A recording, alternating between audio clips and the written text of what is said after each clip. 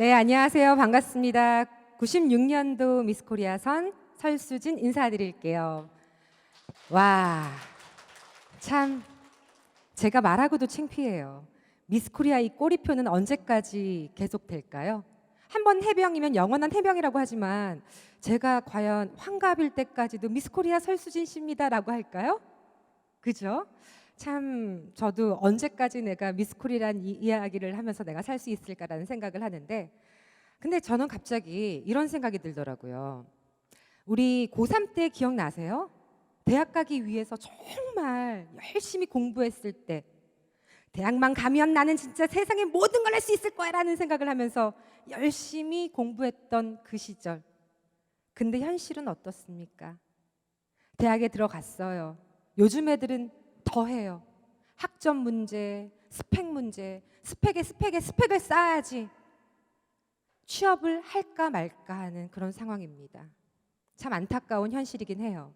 근데 저 때만 해도 대학에 입학했습니다. 와, 미팅도 많이 하고요. 소개팅도 많이 하고요. 정말 재미있는 하루하루를 보냈습니다. 그러던 대학생인 제가 늘 어렸을 때부터 너는 이 다음에 미스 코리아가 되라는 얘기를 듣고 자랐던 제가 우연하게 미용실에 들렸다가 붙잡혔습니다. 그러더니 저에게 수영복을 입혀보는 거예요. 여러분들이 잘 알고 계셨던 파란색 수영복. 파란색 수영복이 너무 잘 어울린다며 너는 미스 코리아를 꼭 나가야 된다고. 그래서 제가 미스 코리아가 됐습니다. 미스 코리아가 되고 난 다음에 정말 저는 그랬어요. 대학도 가서 와, 내 세상이다라고 생각하고 미스 코리아까지 됐으니까 와, 이건 완전히 꽃밭이겠다라고 생각하며 정말 행복하게 하루하루를 지냈습니다. 자고 일어나니까 스타가 됐다라는 얘기가 예전 미스 코리아들은 통했어요. 그렇잖아요? 여러분 한번 생각해 보세요. TV가 없던 그 시절 미스 코리아 대회가 있는 날은요, 동네 분들 다 모여가지고 술잔치야. 누가 예쁘네, 내 스타일이네, 누가 되네, 진이네, 아닌데 선보다 진이 예쁘네, 진보다 선이 예쁘네, 뭐 그러면서 난리가 났던 그 시절이 있었습니다. 근데 저는 선이었습니다. 근데 선이 되고 나서도 기분이 좋았어요. 왜냐하면 아니 진보다 선이 예쁘다는 얘기를 듣기 시작하는 거예요. 1등이었으면 그런 얘기를 못 들었을 텐데 선이 낫다라는 얘기를 들으니까 와, 1등 안 해도 2등이 더 편한 세상이 있구나라는 생각을 하게 됐습니다.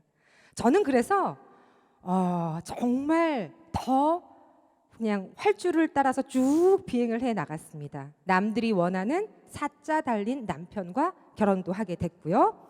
뭐 드라마도 뭐 많이 했었고 MC도 많이 했었고요. 그래서 멋진 남편과 결혼을 했습니다. 저희 신랑이 보이네요. 네, 잘생겼죠? 키도 큽니다. 정말 저의 인생은 탄탄대로일 줄만 알았습니다. 근데 연예인들 우울증 얘기 들어보셨죠? 제가 지방을 내려가게 됐어요. 근데 저에게도 아픔이 다가오더라고요. 정말 꽃깃말 걸을 줄 알았던 저에게도 시련이 오더라고요. 저보다 빨리 결혼한 미스코리아 설수현 여러분 잘 아시죠? 걔는 줄줄이 사탕으로 무슨 애를 쫙쫙쫙쫙 낳는 거예요. 근데 여자들 스트레스 받으면 뭐 해요? 먹죠. 그리고 또 뭐 해요? 찜질방 가가지고 뜨거운 데 들어갔다가 차가운 데 들어갔다가 막 계란도 깨 부시면서 그냥 남편 욕도 하고 막 이러잖아요. 근데 저는 지방에 내려간 때였거든요. 막 스포트라이트를 엄청나게 받다가 지방에 내려가니까 얘기할 사람도 없어요. 남편은 늘 새벽에 들어와요.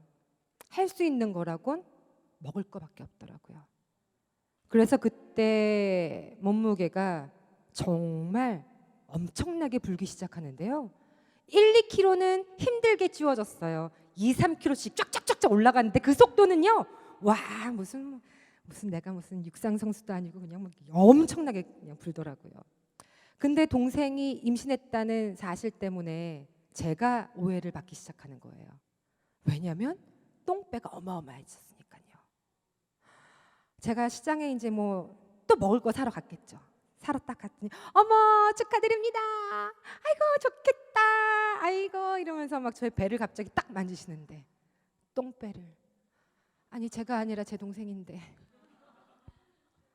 그때마다 정말 너무 창피한 거예요. 너무 창피하고 정말 임신한 동생도 부럽지만 내 똥배가 너무 싫은 거예요. 그냥 티를 입고 있는데도 배가 이렇게 불룩하니까. 그런데도 너무 스트레스가 쌓이니까 빼야겠다는 생각이 안 들어요.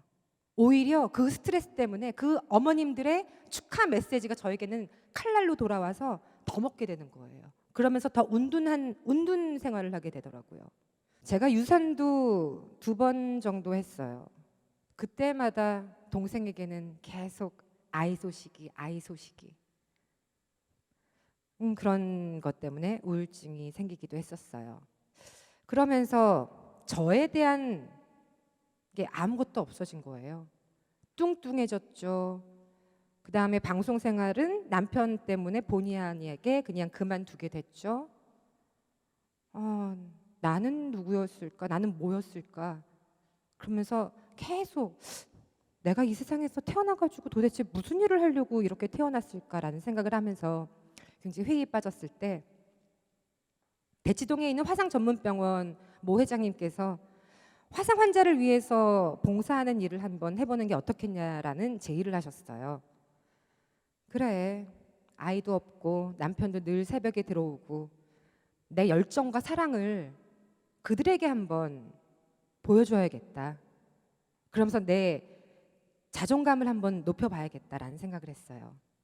그냥 나 자신, 내가 할 수 있는 일이 있다라는 것만으로도 행복한 거예요. 그래서 열심히 하려고 하는데 사회복지 전공한 것도 아니고 화상 환자에 대해서 아는 것도 아무것도 없는데 뭘 해야 될지도 모르겠는 거예요. 근데 정작 그들과 대면했을 때 어디를 쳐다봐야 되는지 조차도 모르겠더라고요. 안면 화상을 입은 분들은 더더욱 눈 마주치기가 힘든 거예요. 우리 왜 면접을 보러 갔을 때 아니면 그냥 우리 그 시댁 어른들 처음 만났을 때 어르신들 어디 봐야 될지 모르겠잖아요. 근데 화상이 얼굴에 있을 때, 손에 있을 때, 보이는 곳에 있는 분들에게는 내가 이렇게 쳐다보고 있으면 내 화상 보나? 라는 생각 때문에 제대로 쳐다보질 못했어요. 근데 사람은 눈으로 얘기한다고 하잖아요. 그 사람의 눈을 보고 있으면 그 사람의 마음이 느껴진다고 하잖아요.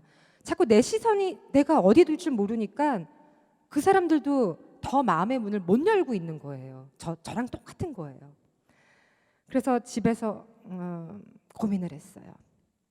눈을 못 마주치면 눈 밑에 코 중간 부분, 인중 이런 데를 보라고 했지. 그들을 거기를 봐야겠다.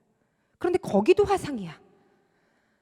그럴 때 진짜 내가 어디 봐야 될까 진짜 고민을 하다가 내가 정말 진심으로 그들에게 다가가면 그들도 나에게 진심으로 다가가겠지? 그냥 편안하게 나랑 조금 다를 뿐이라는 생각으로 다가가자. 한 걸음 한 걸음 더 제가 다가가려고 노력을 많이 했어요. 너무 서두르지 않으려고 노력했고요. 평생 같이 함께 해야 될 사람들이니까 저의 털털한 모습을 먼저 보여주기 시작했어요. 식사도 같이 함께 하면서 흘리는 모습도 같이 그냥 그러면서 소주 한 잔 건넨 적도 있고요. 네, 화상의 소주는 안 좋거든요. 그래도 그냥 술은 짠하는 맛이잖아요. 그러면서 같이 조금씩 어울리다 보니까 그 사랑을 그들도 알았나요? 그 사랑이 저에게 다시 삥 돌아서 오는 순간이 있었습니다. 아무리 가지려고 해도 되지 않았던 아이가 그 사랑의 대가로 생겼습니다. 네, 지금은 말을 너무 안 듣는 미운 7살을 지난 이번에 입학한 박설현이라는 아이인데요. 바로 얘예요. 네, 9년 만에 가졌습니다. 9년 만에. 참 귀엽죠. 근데 지금은 훨씬 더 예뻐졌어요. 근데 아이 갖기 위해서 제가 얼마나 많은 노력을 했는 줄 아세요? 한 번에 순풍순풍 나셨나요? 저희 어머니가 또 상담을 많이 받으셨어요. 수진아, 오늘은 새벽 2시란다. 남편 피곤해도 깨워라. 수진아, 이번 달은 새벽 4시 반이란다. 시간 꼭 맞춰야 돼. 남편 정말 자다 일어나가지고 정말 내가 무슨 기계냐? 무슨 내가 동물이냐? 막 이러면서 난리가 났어요. 발가락 힘은 줬었니? 엄지발가락 끄악 힘줘야 되는데 물구나무 서긴 했었니? 그러면서 이 모든 얘기들이 실은 스트레스였어요. 지금 이렇게 이제는 웃으면서 얘기할 수 있는 제가 됐네요. 근데 그때는 뭐 그렇게 힘들었는지 남들은 그냥 쉽게 가질 수도 있다라는 그 아이가 왜 이렇게 나에게는 힘들었을까? 근데 정말 아이라는 건 신의 축복인 것 같아요. 신의 선물이 왜 신의 선물인지 알게 됐습니다. 좋은 일을 하고 좋은 마음을 갖고 욕심을 비우다 보니까 오히려 더 많이 챙겨지더라고요. 우리가 뭘 가지려고 하면 특히 돈을 쫓다 보면은 왜 돈이 다 없어지잖아요. 오히려 더 도망가. 돈과는 더 멀어지는 일만 생겨. 그래서 욕심을 버리면요. 오히려 훨씬 더 좋은 축복이 우리에게 오더라고요. 그래서 이 아이가 생긴 다음에 저는 생각했어요. 와, 둘째를 가지려면 더 많은 봉사활동을 해야겠구나. 근데 아직 둘째 소식은 없네요. 네.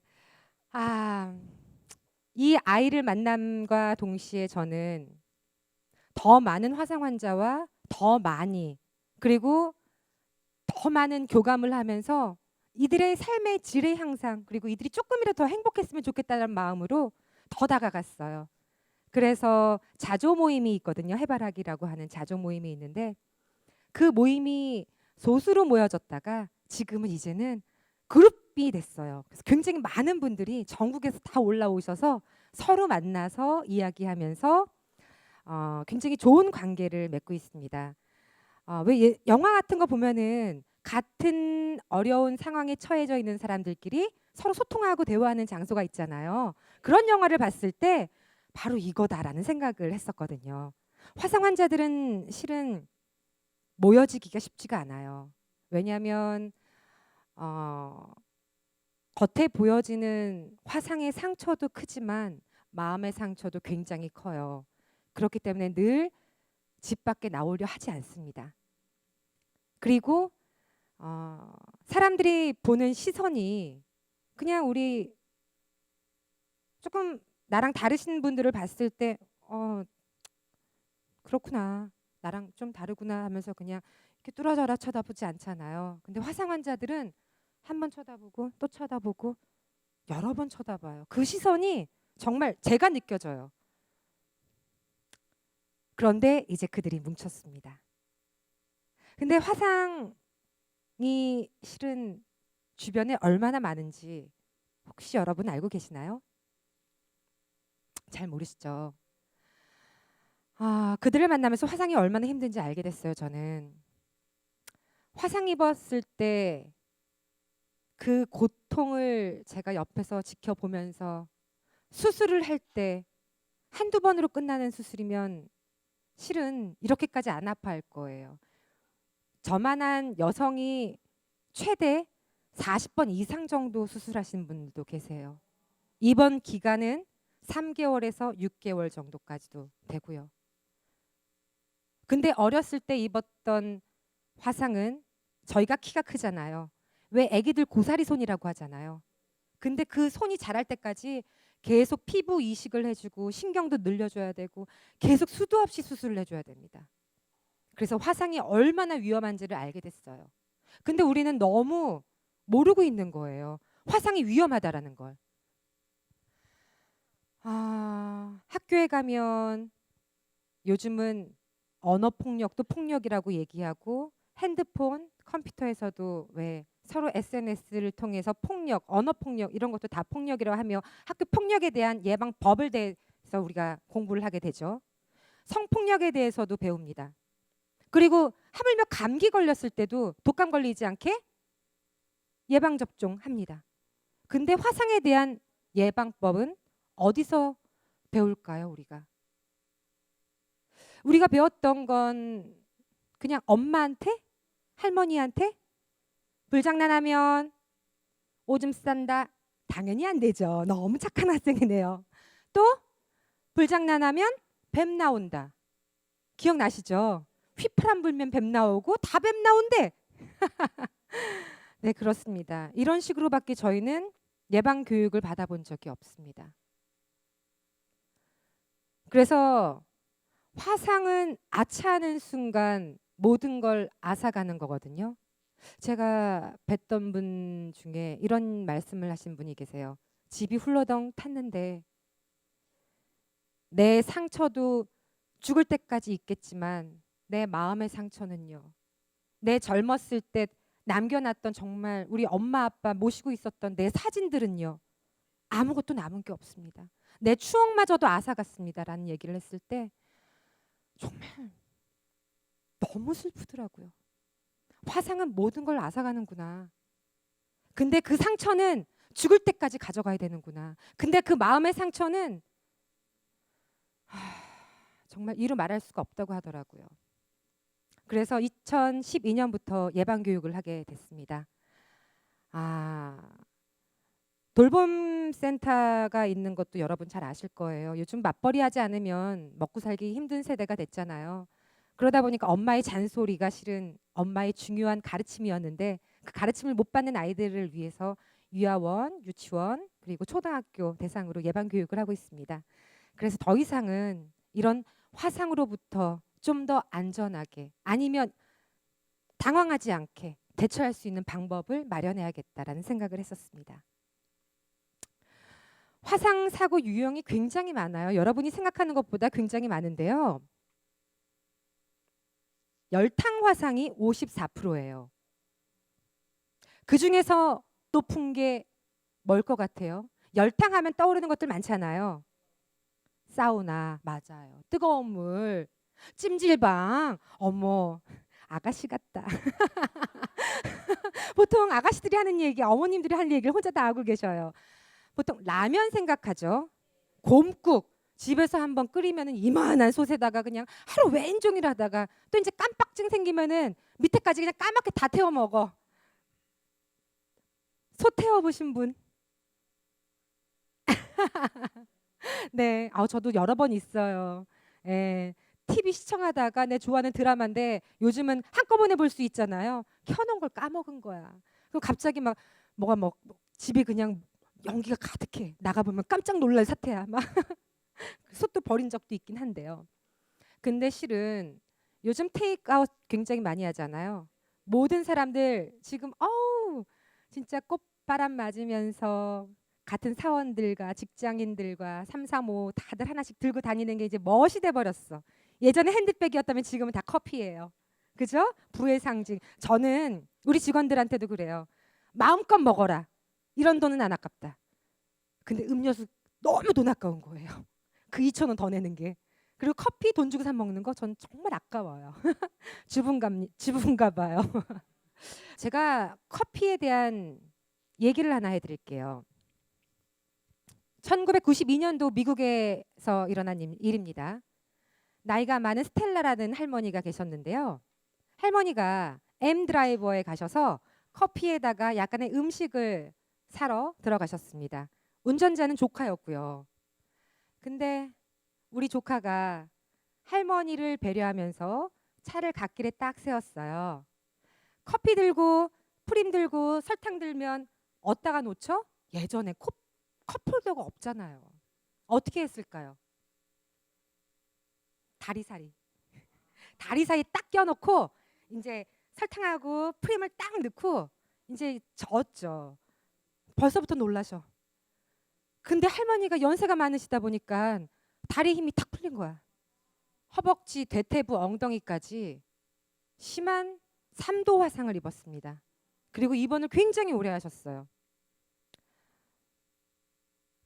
이거는 이렇게 화상을 입을 정도면 이건 아니다 싶어가지고 M사를 두고 소송을 했습니다. 근데 변호인 측에서 조사해 본 결과 이 M사가 다른 커피 전문점 레스토랑에 비해서 커피 온도가 10도 이상 높았다는 얘기예요. 근데 그게 마케팅 전략이었던 거죠. 첫 번째는 리필 횟수가 적어진다. 두 번째는 뜨거운 커피를 오랫동안 뜨겁게 유지할 수 있는 온도이기 때문에 손님들이 오랜 시간 즐겁게 커피 향을 음미할 수 있다 였습니다. 근데 결과는 어떻게 됐을까요? 네? 어떻게? 안 좋게 할머니가 졌을 것 같아요? 그러면요. 할머니가 승수했습니다. 어떻게 이겼냐면요. 그 뜨거운 커피에 뜨거우니 조심하십시오라는 문구가 안 들어가 있었던 거죠. 요즘은 대부분 가면 뜨거우니 조심하십시오. 화재 위험이 있으니 조심하십시오라고 거의 문구들이 써 있습니다. 그죠? 그 사례를 봤을 때만 하더라도 여러분 뭘 느끼세요? 그죠? 커피라는 게 이렇게 심한 화상까지 이어질 줄이야 누가 알았겠습니까? 근데 요즘 우리 어머님들 저희 학부모님들 보통 그래요. 삼삼오오 모여가지고 집에서 다 티 나누죠. 뭐 아침부터 무슨 뭐 점심부터 술 한 잔은 안 나누잖아요.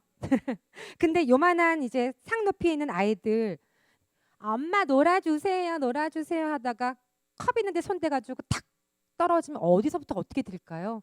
입 있는 데부터 가슴 있는 데까지 딘 아이들이 굉장히 많습니다.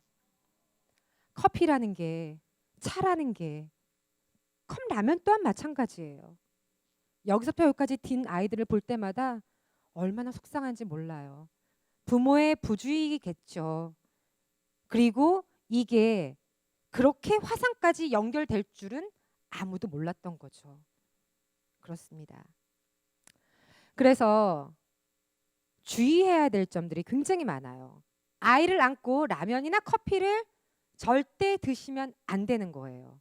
우리 알고는 있지만 실은 애가 계속 보채고 막 계속 울고 있는데 난 배고파. 그럼 어떻게 해야 돼요? 내 배도 채워야 될 거 아니에요. 그럴 때는 아이한테 시선을 딴 데 두게 하는 장난감을 주고 그다음에 뜨거운 음식은 서서라도 먹어야 돼요. 같이 함께 동시에 한다는 건 굉장히 위험한 일이에요. 그리고 정말 이거는 전기밥솥, 압력밥솥 이거에 대한 화상이 굉장히 많은데요. 기어다니는 2, 3세 아이들은요. 움직이는 거에 굉장한 호기심을 보입니다. 기어다니다가 막 소리까지 나. 치 하면서 차락차락차락차락 소리가 나는 거야. 그러면 애들은요. 가가지고 만져요. 만지는데 노인하고 어린아이들은요. 운동신경이 둔합니다. 울어. 으아! 울어. 우는데 손은 못 대. 내 손은 계속 뛰고 있는데 계속 울어. 아우 진짜 그만 울어 하다가 엄마가 가서 깜짝 놀라는 거죠. 근데 그 진기열이 어마어마하거든요. 손이 오그라져서 안 펴져요. 근데 이 손이 자랄 때까지 계속 수술을 해줘야 돼요. 그래도 손이 잘 안 펴집니다. 네, 계속 이식 수술도 해줘야 돼요. 네, 제일 연약하니 허벅지, 안쪽 살, 엉덩이 살 계속 피부 이식을 해줘야 돼요. 그것도 이식이 잘 돼야 조금 판판하게 예쁘게 되지만 그게 이제 조금 시기를 놓치게 되면 그 흉터마저도 굉장히 정말 안 된 그런 모습의 형태를 갖출 수도 있습니다. 그래서 압력밥솥 아이들에게는 정말 위험합니다. 우리가 근데 음식하다 보면은 밥만 할 수도 없잖아요. 생선도 지지고 볶고 나물도 달걀 프라이도 그러면은 모자르다 보니까 국 같은 건 저도 위에다 얹어놓은 적도 있고 뭐 밑에다 내려놓은 적도 있고 정말 음식한다라는 게 힘들고도 위험한 일이에요. 그리고 아이를 얻고 음식하는 거 아이 얻고 음식해 보신 분 다 해봤죠? 그래 맞아요. 보행기도 이제 안 되다 보면 이제 엄마들이 보통 안고 업고 하는데 애들은 또 이제 너무 심심한 거라 그러니까 엄마가 프라이팬 갔다 온 거 이제 이쪽 엄마가 이제 여기 머리잖아요. 그러면 이렇게 해서 이제 이렇게 하다가 다 뒤집어 엎기도 하고 이제 그게 이제 끓는 거면 이제 큰일 나는 거죠. 절대 안 되는 거예요. 근데 실은 우리 어머님들도 실은 다들 화상에 노출되어 있고 딘 적은 다 있을 거라고 생각을 해요. 우리 어머님들은 늘 조리를 하잖아요. 아이들이 원하는 튀김 몸에 안 좋으니까 내가 튀겨주려고 되게 노력도 많이 하고요.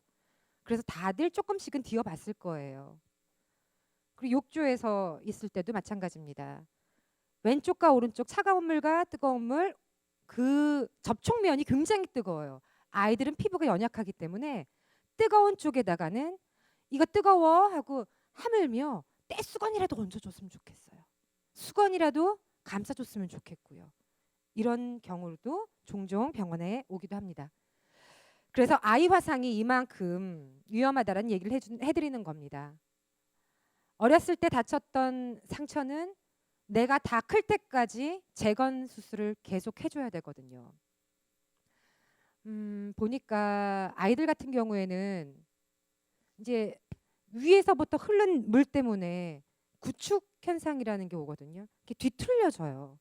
그래서 소화기 문제도 생길 수 있고요. 척추 측만의 문제도 생길 수 있고, 그리고 애들은 계속 커야 되기 때문에 계속 이식 수술을 해줘야 되고, 그래서 아이들 화상 정말 우리가 잘 돌봐주지 않으면 평생 아이에게는 큰 힘든 일이 되겠죠. 화상 대처 때문에 무지로 더 큰 화상 피해를 입은 할아버지의 이야기를 또 해드릴까 합니다. 화상의 무지함 때문에 더 큰 화상을 입게 될 수 있습니다. 나이 많은 할아버지였어요. 예전엔 연탄불 많이 때웠잖아요.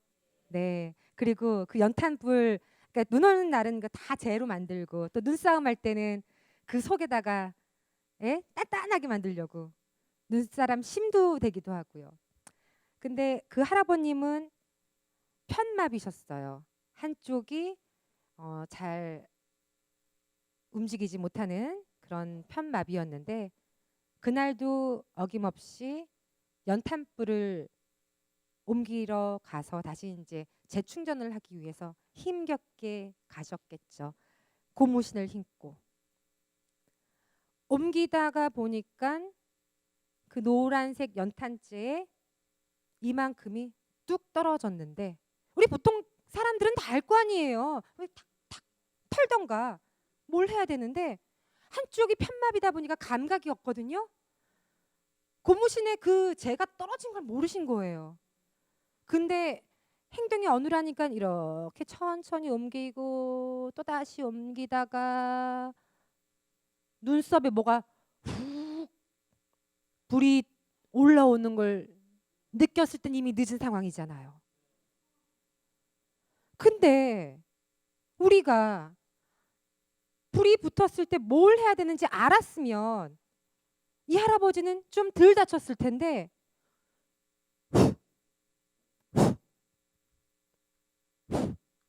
이게 다였던 거야. 우리 불 어떻게 꺼요?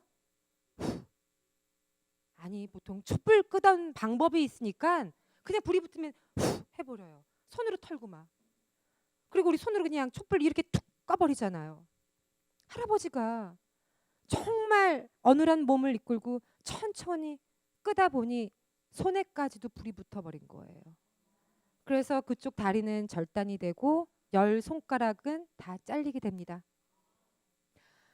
불이 붙었는데 우리가 대처법을 알았다면 얼마나 좋았을까요? 어떻게 하면 가장 좋았을까요? 참, 그 방법은 잠시 후에 제가 알려드릴게요. 또 이런 경우도 있었어요. 제가 어렸을 때 일인데요. 우리 옛날 생각해보면 옛날에 장난감이 많지 않았잖아요. 요즘은 정말 장난감 정말 너무 풍족하죠. 그리고 넘쳐나는 게 장난감인 것 같아요. 근데 예전에는 엄마의 살림살이가 다 장난감이었어. 엄마가 하는 일은 다 그냥 재밌어 보여. 하물며 립스틱 바르는 것도 그렇게 재밌어 보여. 설거지하는 것도 재밌어 보이고요. 특히 여자애들은 엄마 다리미가 그렇게 갖고 놀고 싶었었어요. 그죠? 옛날 생각나시죠? 저 또한 엄마가 아빠 옷을 다리고 난 다음에 빨래까지를 놔두고 이제 와이셔츠를 걸러 가셨을 때쯤이었던 것 같아요. 다시 코드를 꼽았죠. 구겨진 수건들을 보면서 신나게 다렸어요. 빳빳하게 펼쳐지는 게 너무 재밌는 거예요. 세상에 신세계다 하면서 계속 다렸는데, 옆에 있던 내 동생 설수연, 언니 나도 한 번만 다리게 해줘. 나도 다릴래. 언니가 잡았으니까 언니가 먼저 할 거야. 넌 기다려. 좀 이따 하게 해줄게. 엄마 오기 전에는. 그랬겠죠? 열심히 다리고 있는데 굉장히 동생이 울기 시작하는 거예요. 그래서 저는 그냥 무시했죠. 아 울기 시작한 내가 거의 뭐 그냥 뭐 기절 수준으로 울고 있어요. 그래서 흥 연기하시네 이러면서 계속 다리미질하고 있는데 엄마가 달려오셨죠. 상황을 보니까 다리미 밑에 내 동생 발이 있었던 거예요. 그러니까 동생이 떼쓰면서 이제 막 난리 쳤을 거 아니에요. 막 발버둥 치면서. 와, 그때 저 깜짝 놀랐습니다. 근데 어린 나이에 같이 울었죠 뭐. 뭐 제가 할 수 있는 방법이 뭐가 있겠어요. 지금이라면 뭐 이렇게 해야 돼 뭐 다 알려줄 텐데. 근데 옆집 엄마가 순이 엄마가 SDL로 왔거든요. 막 달려갔어. 순이 엄마 지금 큰일 났어. 이거 어떡하면 좋아 이거. 어? 애가 지금 다리에 활딱 뛰어가지고 뼈가 다 보여. 큰일 났어 이랬던 거야. 그랬더니 순이 엄마가 알려줬어요. 치약 바르면 되는 거잖아. 여러분 이럴 때 어떻게 해야 될까요? 뒤었어요. 네? 감자를 문지른다. 네, 또 소주. 네, 찬물에 흐르는 물에 또 로션이요. 또 된장. 그렇죠. 자, 이렇게 민간요법은 굉장히 다양하게 많이들 알고 계십니다. 근데 민간요법 잘못하다가는 정말 큰일 나요. 그 화끈화끈한 치약이 그 살갗에 닿았을 때 아이가 얼마나 고통스러웠겠어요. 제 2차 간염이 생길 수 있습니다. 절대 민간요법 하시면 안 됩니다. 네, 큰일 나요. 부위가 작은 부위 뭐 그냥 우리가 요리하다가 기름이 약간 튀었어. 그러면 소주물에 뭐 담그고 있고 그다음에 어디 뭐 야외 활동하고 왔는데 얼굴이 따갑다. 오이팩하고 감자팩하고 이 정도는 괜찮습니다. 하지만 이게 정말 뒤었다라고 할 때는 의사와 상담을 해야 됩니다. 화상시 올바른 대처법에 대해서 이제 제가 알려드릴게요. 아까 민간요법에 대한 이야기는 잠시 후 제가 정확하게 알려드릴 텐데요. 일단 몸에 불이 붙었다.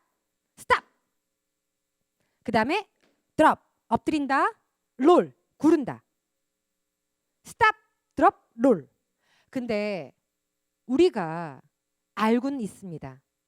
근데 정말 당황한 그런 장면에서 내가 안 움직여져요. 어떡하지? 난리가 나요. 발만 동동동동 구르고 있어. 실천을 못해요. 왠 줄 아세요? 안 해봤던 일이니까. 머릿속에선 알고 있는데 몸이 해본 적이 없으니까. 우리 아이들이 어디서 맞고 와요. 되게 속상하잖아요. 그럼 걔네들 앉혀놓고 뭐 시키죠? 저는 그래요. 때리지 마. 선생님한테 이를 거야. 이건 학교 폭력이야. 그러면서 아이한테 10번을 시켰습니다. 큰 소리로. 그랬더니 아들이 이른쟁이가 됐어요. 늘 선생님한테 일러요. 그런 것처럼 불이 붙었을 때 스탑, 드롭, 롤.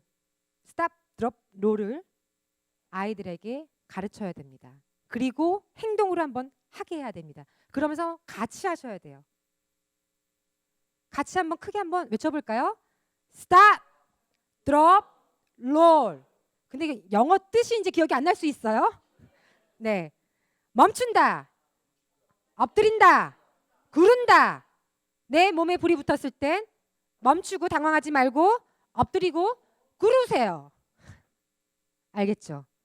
자, 그러면 내 몸에 불이 붙었을 때 당황하지 않게 됩니다. 집에서 아이와 함께 남편과 함께 이건 정말 꼭 실천해 보셔야 돼요. 알고도 하지 못하는 일이 이 일이 아닐까 싶습니다. 사람은 정말 당황스러울 때 머리가 백지창처럼 하얘지거든요. 그래서 안 하던 짓을 해요. 갑자기 정말 치약을 발라요. 정말 아무 생각이 안 나서 정말 어떻게 해야 될지 아무도 몰라요. 스탑, 드롭, 롤이에요. 정말 오늘 이거 되게 중요한 거 배워가시는 거예요. 그리고 아이가 정말 뜨거운 열탕에 지금 뒤어있는 상황입니다. 이럴 때는 옷을 벗기려고 벗기지 마세요. 그러면 내 살갗이 지금 붕 떠있는 상황일 거 아니에요. 수포도 있을 것이고 허물이 벗겨진다고 하죠. 가위로 잘라줍니다. 그리고 장신구가 있나 없나 잘 확인을 해야 돼요. 장신구의 열이 더 높아서 더 깊은 화상을 입을 수도 있고요. 화상을 입게 되면 부종이 생겨요. 굉장히 퉁퉁 붓거든요. 나중엔 빠지지가 않아서 그 주변으로 또 2차 감염이 생길 수 있습니다. 꼭 확인을 하셔야 됩니다. 제일 중요한 거예요. 아이를 안고 뛰어. 아빠는 막 119 부르면서 그냥 막 차보다 내가 낫겠다고 막 들고 뛰는데, 화상이 났을 때는 제가 침착하라고 하셨죠. 흐르는 물에 충분히 화기를 시켜줘야 돼요. 왜냐면요, 왜 우리가 음식을 하고 난 다음에 뜸을 들이잖아요. 그 열기로 인해서 음식이 더 잘 익게 되거든요. 피부도 마찬가지예요. 화상이 입었을 때는 계속 진행 중이란 얘기입니다. 겉에는 식었을지 모르겠지만 그 속 진피는요, 계속 ing예요. 그렇기 때문에 흐르는 차가운 물에 계속 식혀줘야 돼요. 이게 지금 부위가 넓은데 어떡하지? 욕조에 물을 받아놔. 저체온증 생깁니다. 네, 알고 계셔야 돼요. 정말 중요한 거예요. 화상은 알고 나면 실은 정말 더 큰 화상을 막을 수가 있습니다. 가는 도중에 화상의 깊이가 더 깊어지거든요.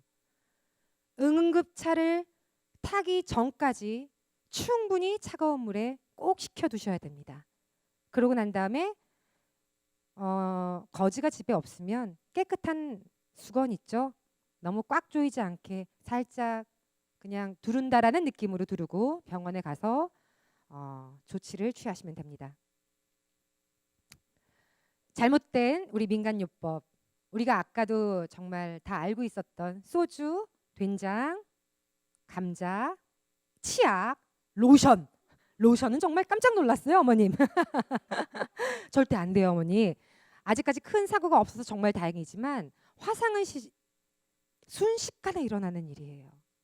우리는 실은 정말 사람들이 그러잖아요. 우리는 평범한 사람이지만 잠정적인 장애인이 될 수 있는 그런 사람들이라고.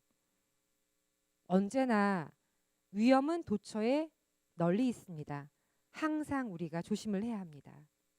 그래서 제가 오늘 많이 알고 있는 건 아니지만 화상 환자와 함께 더불어 같이 살면서 느꼈던 거, 그다음에 정말 이런 건 조심해야겠다. 그리고 어디에서 교육하지도 않는 이런 것들은 내가 나가서 얘기를 해줘야겠다라는 생각을 하면서 오늘 이 자리에 왔었거든요. 그러면서 제가 예방교육을 하면서 많은 화상 환자들을 만났는데요. 그들은 아픈 상처가 굉장히 많아요. 타 들어가고 있는 걸 그들은 느끼고 있거든요. 그래서 쇼크 상태가 됐을 때는 기절을 하지만 그 전까지도 내 살이 녹아내리고 있는 걸 보는 경우도 있습니다. 그래서 어떤 분들은 몇 시만 되면, 그때 그 순간만 되면, 아니면 어디 공간에만 들어가면 그때의 공포 때문에 굉장히 많이 힘들어 하신다고 하는데, 화상은 그런 것 같습니다. 평생 흉터를 보면서도 그때 그 순간이 계속 기억에 남고요. 그 마음의 상처, 내가 아팠던 그 고통은 죽을 때까지 아마 잊혀지지 않는 그런 아픈 상처로 계속해서 남아있을 것 같은데, 그들에게 조금이라도 더 즐거운 시간, 그 치유의 시간을 어떻게 줬으면 좋을까 하다가, 제가 아무리 그들에게 다가간다 한다 하더라도 저는 그렇게 심한 화상을 당해본 적이 없었거든요. 물론 남편을 위해서, 그다음에 부모님을 위해서 음식을 하다가 기름을 발등에다가 다 퍼 부어온 적은 있었어요. 근데 정말 예방법을 알다 보니까 흉터가 하나도 없이 잘 나았습니다. 아픈 사람은 아픈 사람의 마음을 안다고, 화상 환자가 화상 환자의 마음을 가장 잘 알더라고요. 그래서 그들과 그들을 서로 매칭을 해서 멘토와 멘티가 되게 해주면 제일 좋겠구나. 선배 화상 환자가 신입 이제 막 화상을 입은 그 분에게 스승이 되어주는 거예요. 나도 이렇게 간지러웠어. 나도 이렇게 아팠어. 근데 이렇게 하니까 이렇게 되더라.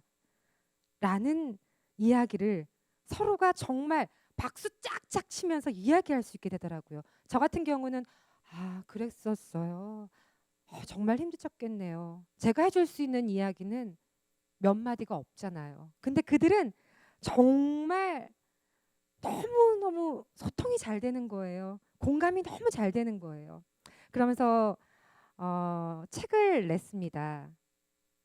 작년에 책을 냈는데 책 내용 중에 이런 내용이 있더라고요. 굉장히 가렵대요. 근데 그 책 내용 중에 엄마, 내 팔이 너무 간지러운데 내 살 속에 지렁이가 들어가 있는 것 같아. 개미 군단이 움직이고 있는 것 같아. 라는 한 구절이 있는 거예요. 그래서 화상 환자들이 가려워서 잠을 못 잔다는 이야기가 도대체 무슨 이야기였는지 알게 됐습니다. 우리가 그냥 목이 뜯겼을 때 십자 낸 다음에 침 한번 뚝뚝 내면 파스 딱 발라주면 요즘은 이제 테이핑도 있어가지고 뭐 붙이기만 해도 되더라고요. 근데 내 살 속이 간지러운 건 정말 어떻게 할 수가 없잖아요. 그러면서 또 드레싱하고 오신 분이 굉장히 비명을 지르다가 저랑 또 이야기를 하게 됐는데 제가 정말 잘 몰라서 그러는데 감히 이런 이야기 여쭤봐도 될지 모르겠습니다. 드레싱할 때 어떠세요? 그랬더니요. 내 살을 한 겹 벗겨낸 상태에서 소금을 뿌리고 모래를 뿌리고 난 다음에 쇠수세미 있잖아요. 쇠수세미로 긁어내는 느낌이 드레싱의 느낌이라고 하더라고요. 근데 드레싱을 매일 해야 돼요. 자, 여기서 정말 중요한 거는요. 이렇게 고통이 심한 이런 큰 위험으로부터 우리가 보호받기 위해선 잘 예방을 해야 되고 그리고 잘 대처해야 됩니다. 그렇기 때문에 언제나 아이들을 유심히 바라봐야 되고요. 그리고 화상으로부터 더 이상 고통받는 사람이 저는 없었으면 좋겠습니다. 화상으로 인해서 고통을 받고 있는 분들 그리고 화상이 아닌 또 다른 장애로 고통을 받고 있는 분들 그들이 내 주변에 있거든 한번 따뜻한 시선으로 봐줬으면 좋겠다라는 저희 간절한 바람입니다. 그리고 그들이 방긋 웃을 때는요. 어느 화상 환자가 저에게 그러더라고요. 제가 이렇게 웃기까지 얼마나 많은 고통과 아픔과 좌절 속에 이 웃음이 나왔을까요? 라는 얘기를 했을 때 굉장히 감동을 받았어요. 그렇잖아요. 내 몸과 마음이 다 아픈데 웃을 수 있는 마지막 희망의 한 줄기가 있다라는 거. 저는 그 분의 그 미소가 세상에서 가장 아름다웠습니다. 주변에 나랑 조금 다르지만 열심히 살려고 노력하는 그들에게 정말 우리는 든든한 지원군이 돼야 된다고 생각을 해요. 그리고 나보다 좀 더 힘들어하는 사람들에게 우린 언제나 큰 힘이 될 수 있다라는 거 꼭 잊지 않으셨으면 좋겠습니다. 그래서 나눔이라는 건 있잖아요. 실은 작은 실천 하나에서부터 저는 나온다고 생각을 해요. 실은 돈 많은 사람들은 실은 생각보다 나눔을 많이 실천하지는 않습니다. 이렇게 뉴스나 매체를 통해서 보면 떡볶이 장사를 하셔서 정말 어려운 헛된 일을 하시면서 어렵게 모으신 돈으로 남을 위해서 봉사를 하시고 헌신하시는 분들이 굉장히 더 많더라고요. 그만큼 실은 따뜻한 사람이 더 많다는 얘기겠죠. 오늘 여기 나와 계신 분들도요. 앞으로 나랑 조금 다르신 분들에게 마음을 열고 한 걸음 한 걸음 다가간다면 우리 이 사회가 좀 더 밝고 웃는 사람이 많아지는 그런 사회가 되지 않을까 싶습니다. 자, 여러분 지금까지 저는 베스트 화상후원재단의 설수진이었습니다. 감사합니다.